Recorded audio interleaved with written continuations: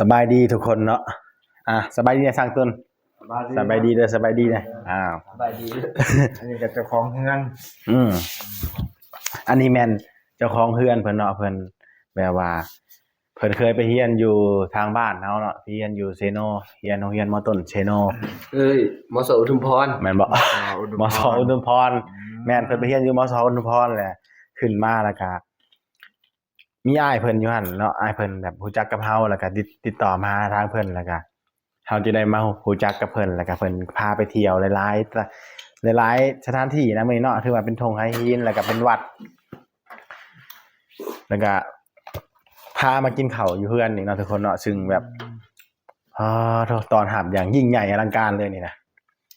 เมนูแรกนี่เป็นเมนูเขียดทอดเนาะเขียดจะเอิ้นอะไรก็เขียดอันนี้เขียดเนาะอันนี้แกงกบแกงกบห่วยแกงกบห่วยกบป่ากบป่าเด้อเมนูที่สองเด้อเป็นเมนูอร่อยเนาะเดือดแกงเลือดงัวแกงแดะเลือดงัวทุกคนเนาะเอ้าพังไปพร้อมๆกันเด้อเข้าใจอย่างใดก็ลืมเข้าใจยังไงกันเบิ่งหาสิลองเบิ่งก่อนแดะเลือดงัวหลังจากที่กินเข้าไปคล้ายๆแบบภาษาบ้านเฮาเอิ้นว่าม่ำเลยทุกคนม่ำเป็นคล้ายๆแบบม่ำแม่นบ่เมนูที่3มีชื่อว่าจะได้นี่กว่าชิ้นหมูบ่หรือชิ้นเป็นเนื้องัวทุกคนเนาะเฮานี่ทางบ้านเฮายังกินแบบหมูมีไงทางบ้านเขามีแต่เนื้อเลยเนื้องัว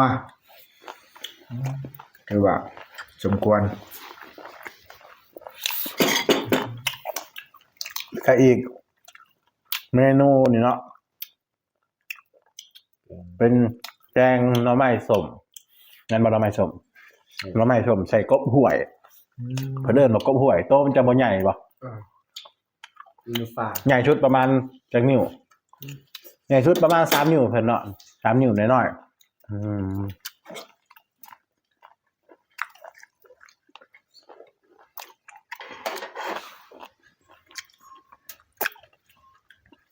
เมนูที่4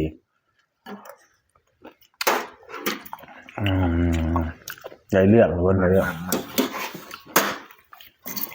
เมนูที่5เมนูสุดท้ายเป็นแจ่วตำเองบ่แจ่วบ่แม่นแจ่วบ้องจะยังบ่แจ่วประเด็นแจ่วใส่มักเล่น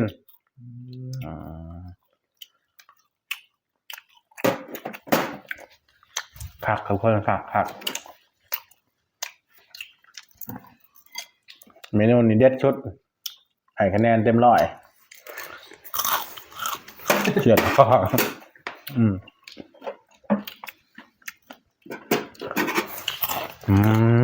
กินข้าวเชียงพวงกับบ้านคนหรือว่าเฮือนคนครั้งแรกเลยเนาะอยู่แขวงเชียงพวงเนาะซึ่งเฮามาเมื่อคืนนี่กะเมื่อเช้าเฮาก็ไปกินอยู่ห้างเนาะไปกินอยู่ห้างแล้วก็เมื่อคืนนี่เฮาก็ซื้อไปกินอยู่ห้องพักเนาะทุกคนมื้อนี้ได้มีโอกาสมาพักเฮือนเพิ่นมาพักบ้านเพิ่นแล้วก็เพิ่นเลี้ยงข้าวถือว่าครั้งแรกเลยบ่ที่เฮา2ครั้งเนาะที่เฮาได้กินข้าวในเพื่อนคนเนาะแม่นครั้งที่1แม่นอยู่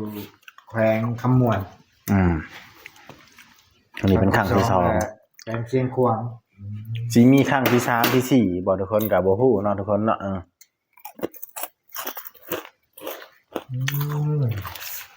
ถ้าเฮาบ่ได้นอนวัดก็ถือว่าดีไปทุกคนเนาะคันนอนวัดก็ดีคือกันเนาะเลยว่าเนื่องจากเฮาเอาอุปกรณ์มาน่ะมันอุปกรณ์แบบเสื้อผ้าละหน่อยเนาะอย่างข่อยเอามาเองเนี่ยคือ3สุดเนาะแค่3สุดซื่อๆเพิ่นนี่แฮงบ่ฮอด3 2สุด2สุดบ้านนี้ผ้าห่มพื้นเดียวแล้วก็เต้นบ่มีหยังปูเลยข้างล่างแล้วก็พากันญาติผ้าห่มกันมื้อนอนวัดนะหนาวบัดนี้เย็นแบบโอ้หมอกอะไรเอาอีกเทื่อนึงคือใบเมนูเป็นเด็ดเลือด แดดเลือด แดดเลือด เดะเดะเดะแบบประเดะนะแต่ว่าอันนี้มันเดะเลือด แดดเลือดแบบปลาแดกเป็นเปล่าแบบปลาแดกบ้านเฮาอืมคนเห็ดบ่อมากินน้ำเนาะทุกคนเนาะเพิ่นมีเมนูของเพิ่นต่างหากเนาะเป็นเมนูเกี่ยวกับพวกญี่ปุ่นมาม่าบ่อืม ของไทยเด้อ อืม ของไทย เป็นแบบมาม่าเหรอย ำ ยำอ๋อ กินยำ ยำจัมโบ้ห่อเท่าไหร่น่ากินเนี่ย 5,000 ห่อ1,500กันบ่ ทำกันทำกัน คือว่าบางสิ่งบางอย่างอะราคาอยู่พี่ก็แบบลื่นกันเล็กๆน้อยๆนะทุกคนเนาะเป็นแบบใกล้ๆกันที่แบบว่าเนาะบอลื่นกันหลายเนาะ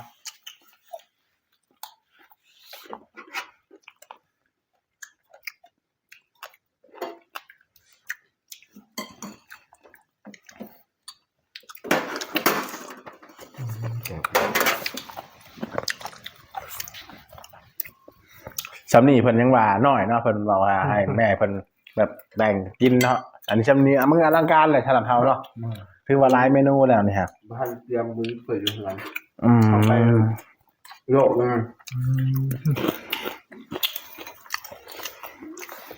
ขอถามหน่อยหนึ่งเนาะคือแบบเพิ่นไปงานบุญกันยังนี่เพิ่นก็มีห่อมาบ่ห่อใส่ถุงใส่ยังมาบ่ อันพี่น้องมี อ๋อครับพี่น้องมีเนาะทุกคนเนาะแล้วว่าแบบไปแล้วก็ห่อมาพร้อมเนาะเพื่อเอามากินอยู่เพื่อนนำแบบนี้ครับข้างเฮาที่นี่เลยครับ ห่อเป็นของฝากพี่น้อง สำหรับพี่น้องให้ผู้อื่นก็บ่มี กินให้อิ่ม นี่พี่น้องแม่นกว่าร อดไปอีกมื้อเนาะทุกคนรอดไปอีกมื้อบ่ฮู้ว่าผู้อื่นสิเจอยังในวันข้างหน้าเนาะสิผ่านภูผ่านเขาจำได้เนาะ มีสองเขื่อนเนี่ยเขื่อนไฟฟ้า โดย มีเขื่อนไฟฟ้าน้ำเงียบกับเขื่อนไฟฟ้าแต่ล่างทำท่านไป เพราะน้ำเงียบต้องไปเฮาอยู่ใส่สมบูรณ์เนี่ยพอน้ำก็ต่อมาทั้งนี้นะ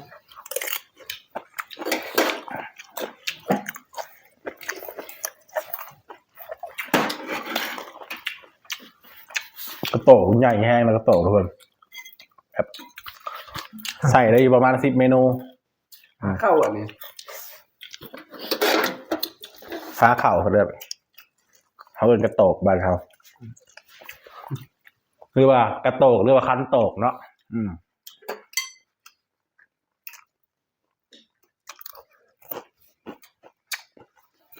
โมเมนต์เมนูเลย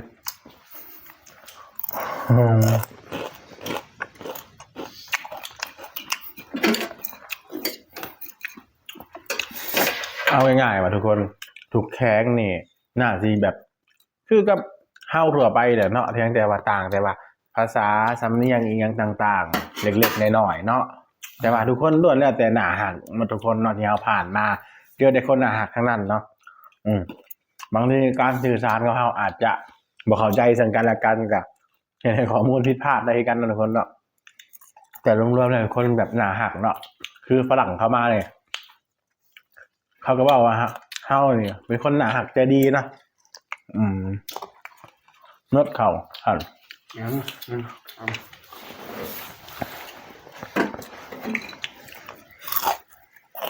กินมื้อนี้กุ้งอีกชามมื้อ ประมาณนี้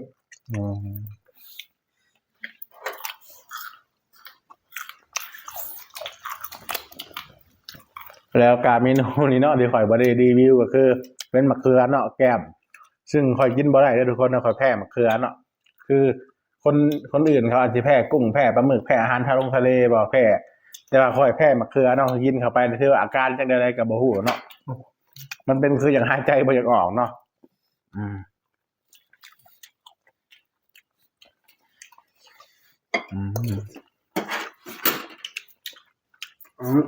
เกือบปลอดสารพิษ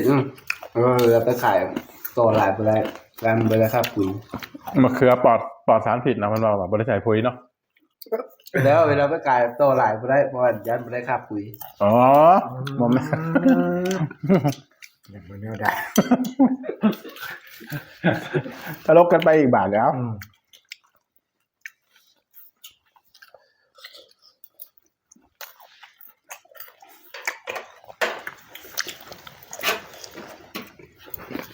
ทำเที่ยง แซ่บทุกคนนะหึ หวังยินเสียงมาเพิ่มอ่ะ อะไรเถอะ นะ เทียนนี่เหรอ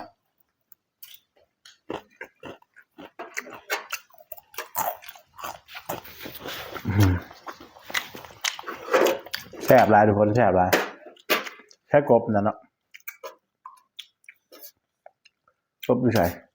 เนี่ยเด้อ ฮะ กบหัวแกงใส่น้ำมันส้ม กบหวยเพิ่นเอิ้นกบหวยทุกคนเนาะบอกคือกบตัวใหญ่สุดกับประมาณ2 นิ้ว2 นิ้วคอยเนาะแต่ว่า3 นิ้วเขา กบนา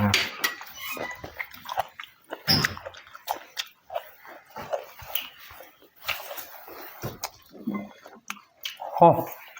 ทุกคนมีเอามาเติมพ่อไหมบัดเนี่ย ถามโตเกียดแล้วแหละ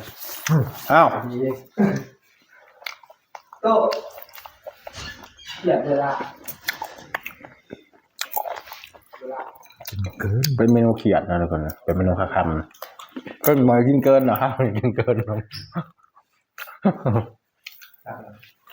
สั่งอาหาร ข้างแหงพอแล้วใช่ไหม พอแล้วเบิดกระยากบโต๊ะบ่เบิดกระยา ตัวได้กินแก้วคือโจ โต๊ะ โจะจึงโจะจึงแบบนี้แมนบอกว่ากันไปอีกมา คือได้กินแก้ว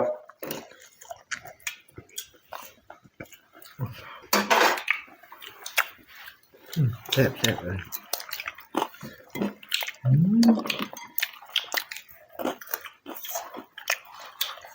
กินกันยังเพียง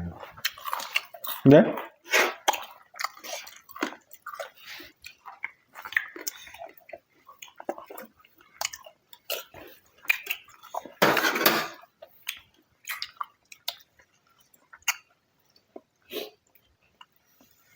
กบหวยเป็นเกินหวยกันหน่อยเนาะ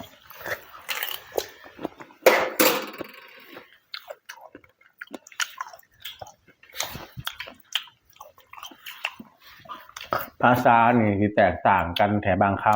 ำเพียงเล็กหน่อยนะทุกคนเนาะ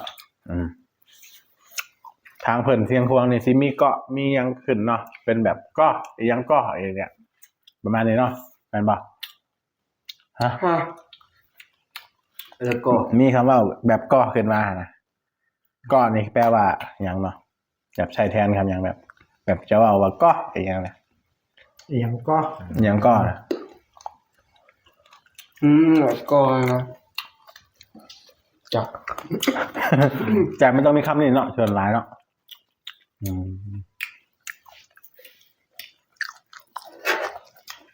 เอาง่ายๆเอาคำนี้เป็นใช้ลายชุดนะ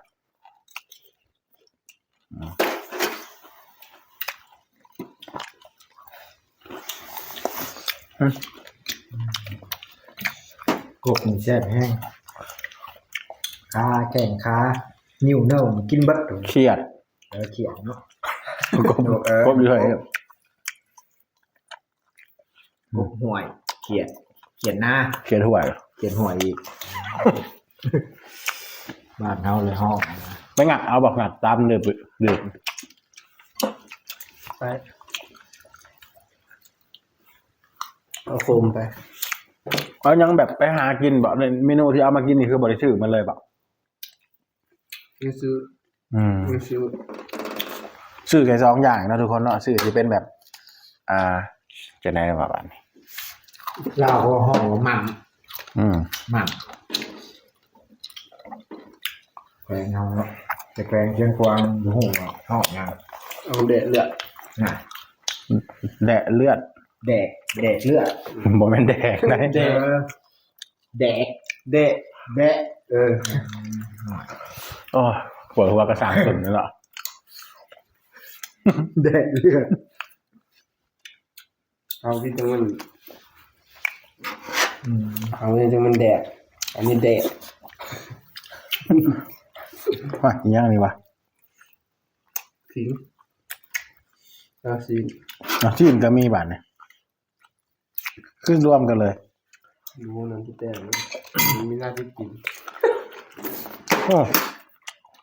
แหวนควมไหนกันเราทันไปท่วงนี่มื้อหน้าสิบ่ได้กินเนาะ ง่ายที่เกี่ยวหิว เอามื้อหน้าเพิ่นเฮ็ดเองเด้อ๋อ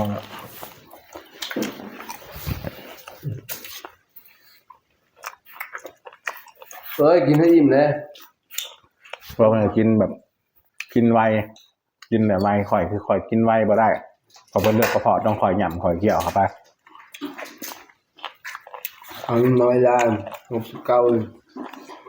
หมัก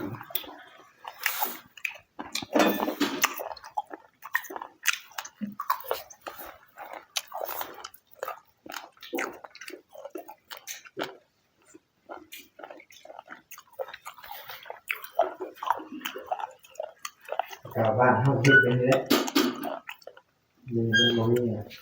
อืม